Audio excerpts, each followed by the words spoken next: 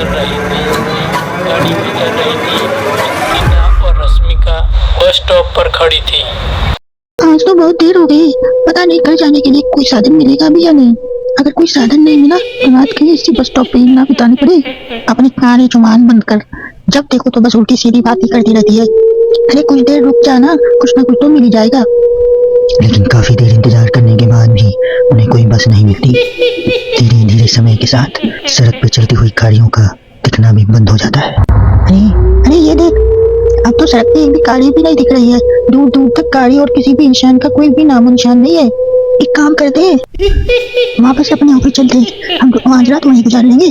तुझे अच्छी तरह पता है, रात में 10 बजे के बाद चौकीदार ऑफिस के मेन गेट पे ताला लगाकर अपने घर चला जाता है। ऑफिस जाने की कोई फायदा नहीं है। इस सुनसान सड़क को देखकर मुझे बहुत घबराहट हो रही है। एक काम करना, चौकीदार के घर चलते हैं, वो भी तो परिवार वाला है ना। हम बेफिक्र होकर आज रात उसी के घर पे रुक सकते हैं। अरे पागल, चौकीदार 10 बाय 10 की चुप्पी में रहता है और उसके 4 बच्चे भी हैं। मतलब अब वो हमें अपने घर में कौन सी जगह देगा रहने को बोला। अब तू ना ये बेकार की बात बंद कर और चुपचाप खड़ी रह, शायद कोई लिफ्ट ही मिल जाए। फिर काफी देर इंतजार करने के बाद एक नीले रंग की बस उनके सामने आकर रुकती है। बस का दरवाजा खोल कंडक्टर उनसे कहता है, कहिए कहाँ जाना है आप दोनों को। देखिए मेरी पूरी बस खाली है, आप जहाँ बोलेंगी वहाँ आप दोनों को छोड़ दूंगा। इतना कहकर कंडक्टर मुंह में भरी पिचकारी सड़क पर दे मारता है। अंकिता, लोगों का कहना है कि कुछ महीने पहले इसी तरह अंधेरी रात में एक नीली बस के अंदर कुछ बदमाशों ने एक जवान लड़की की हत्या कर दी थी। इस बस का रंग भी नीला है, कहीं ये वही बस तो नहीं है। कंडक्टर रश्मिका की बात सुन लेता है और मुस्कुराते हुए कहता है, देखिए मैडम, उस घटना के बारे में मैंने भी सुना है। माना कि उस बस का रंग और मेरी बस का रंग एक ही है, लेकिन दुनिया में एक ही रंग की बस तो नहीं है ना। ये तो बस एक इत्तेफाक है। देखिए हमारी बस में एक मैडम पहले से ही बैठी हैं, आप देख सकती हैं। अंकिता गर्दन उठा के देखती है तो बस के पीछे वाले हिस्से में एक लड़की कंबल ओढ़े बैठी हुई थी। सही बोल रहे हैं भैया, बस में पहले से एक लड़की बैठी है। चलो हम भी बैठ जाते हैं, वैसे भी बहुत देर हो गई है। अरे रुकना, रुक जाना अंकिता, मुझे बहुत डर लग रहा है।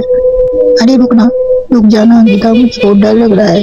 अरे तुझे अगर इतना ही डर लग रहा है तो तू यही खड़ी रह, मैं तो जा रही हूँ। अरे तू मुझे छोड़ के कहाँ जा रही है, रुक मैं भी चल रही हूँ। दोनों बस में जाकर बैठ जाते हैं। देखते ही देखते ड्राइवर बस को तेज रफ्तार में चलाना शुरू कर देता है। तभी रश्मिका की नजर पीछे बैठी हुई उस लड़की पर पड़ती है। उस लड़की की लाल आंखें और आधा जला हुआ चेहरा देखकर रश्मिका घबरा जाती है। सुन अंकिता, हमारे पीछे जो लड़की बैठी है ना, उसकी आंखें एकदम खून की तरह लाल और चेहरे किसी चुड़ैल की तरह डरावना दिख रहा है। अरे छोड़ ना, कौन कैसा दिख रहा है, मुझे इन सब बातों में कोई दिलचस्पी नहीं है। मैं थोड़ी देर सोना चाहती हूँ, इसलिए तू अब अपनी ये बड़बड़ बंद कर, समझी। बेफिक्र होकर अंकिता अपनी आंखें बंद कर नींद की झपकी लेने लगती है। बस तब तक घने जंगल वाले रास्ते में पहुंचती है। चारों तरफ गहरा अंधेरा था और जंगली जानवरों की आवाजें रश्मिका को और भी ज्यादा डरा रही थी। थोड़ी देर में बस एक बरगद के पेड़ के पास से गुजरती है।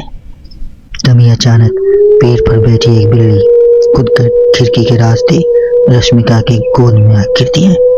मर गई, अरे मर गई, अरे कोई तो बचा लो, अरे मर गई, अरे कोई तो बचा लो। रश्मिका के चिल्लाने से अंकिता की आंख खुल जाती है और वो भी घबराकर इधर उधर देखने लगती है।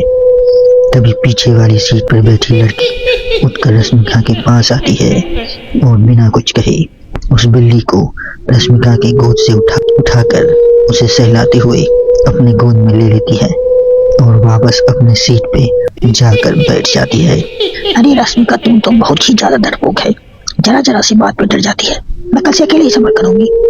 अरे मैं क्या करूं, वो बिल्ली अचानक मेरे गोद में आ गिरी। अपनी बकवास बंद कर और मुझे चैन से सोने दे, समझी। इस तरह रश्मिका को डांट कर अंकिता फिर से नींद की झपकी लेने लगती है। तभी अचानक एक झटके से ब्रेक लगाकर ड्राइवर बस को रोक देता है। रश्मिका खिड़की के बाहर झांक कर देखती है तो उसे सड़क के किनारे एक काला आदमी खड़ा दिखाई देता है।